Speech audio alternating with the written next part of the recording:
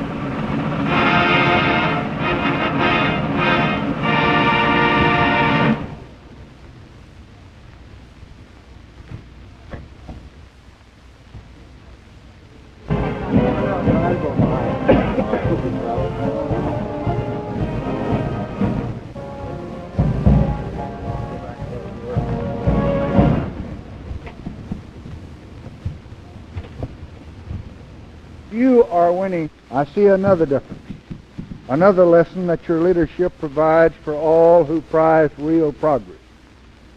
Okay.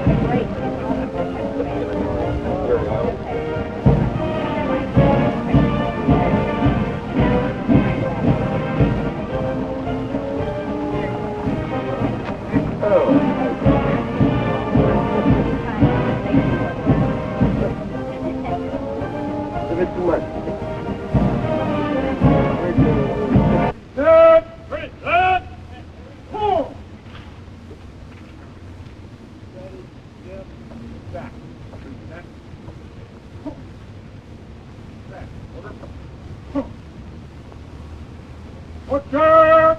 Left! Forward!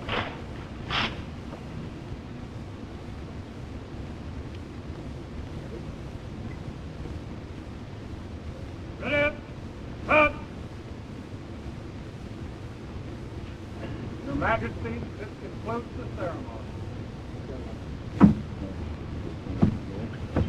Hooray! Hooray! Hey!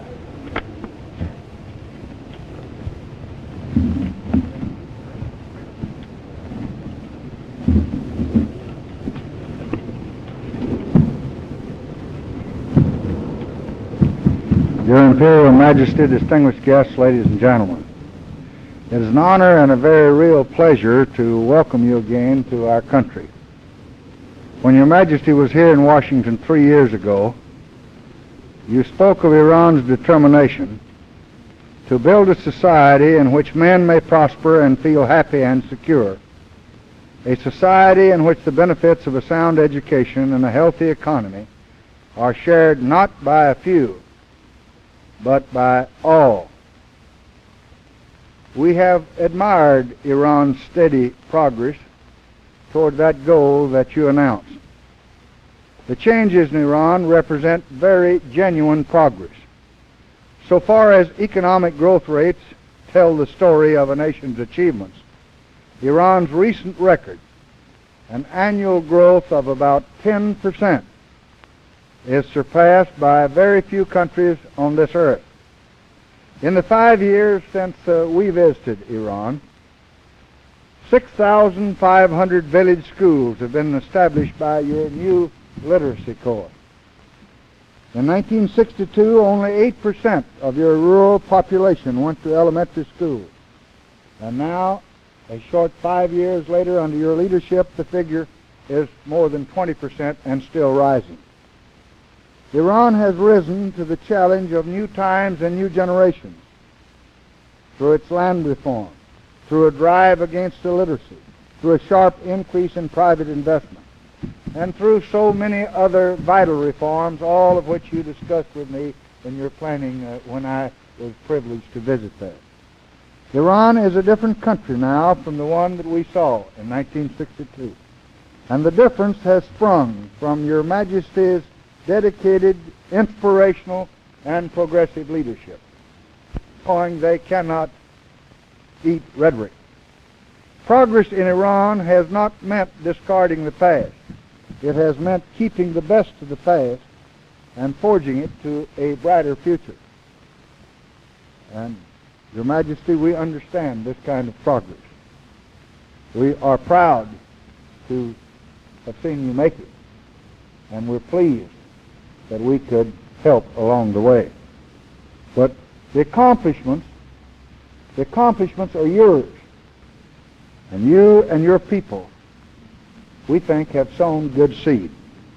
I hope to hear a great deal more about that harvest after we go to the office. I hope also to draw on Your Majesty's very wise counsel, so valuable to me in the past, as we discuss our common interest in building security and peace, particularly in the Middle East. Mrs. Johnson and I are very pleased that you are with us here again. We hope to return now with special warmth the welcome that you have so generously extended to many Americans over many years, and particularly to us on our cherished visit to Tehran 5 years ago.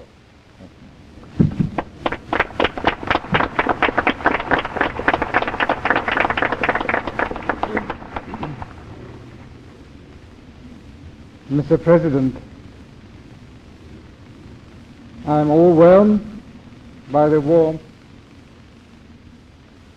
of your words and your welcome. Since the day I first met with you and Mrs. Johnson, I developed a very special sense of admiration for your personality, your ideas, and what you stood for. I can say now that it's always a source of inspiration to see someone defending his principles and has his ideals with such reserve, with such steadfastness, which creates confidence in the present and in the future. I would like to thank you for the very kind words you have had towards my country, what we have realized. We believe that what we do is for the sake of the majority of our people. That is why the economic steps that are taken, they present results of this magnitude, because it's done not for a few, but for the majority of the people. Our fight against illiteracy, our fight against disease. And now, in the future, we hope to be able to contribute to the fight that the whole world, the community of nations, must undertake exactly against these same evils and shortcomings: illiteracy, shortage of food, and diseases. In many ways, we have always found inspiration in your great country. The ideals that you have always represented, the humanitarian aspect of your characteristics, of your people, of your policies, the wonderful principles of freedom, equity that you have always upheld with valor and dignity. We also try to inspire ourselves in the betterment of the life of the individual. We attach a great deal of importance to the betterment of the life of the society, but a society in which the individual counts. We shall try to always try to inspire ourselves of the wonderful technology of your people, your breakthroughs in agriculture, in science, and technique. And we shall always remember that your country, and during your office, yourself, Mr. President, have stood, it's true, for the principles of justice and international equity, but also for the special friendship that you have always had for us. The only way we can repay you this debt of gratitude is to remain true to the same principles for which you are standing and defending. So I would like to thank you once more for affording me this opportunity of seeing you again and visiting your wonderful country. And I'm sure that during our exchange of views, we can discuss so many things of interest to both our countries and maybe to the world at large. Thank you again, Mr. President.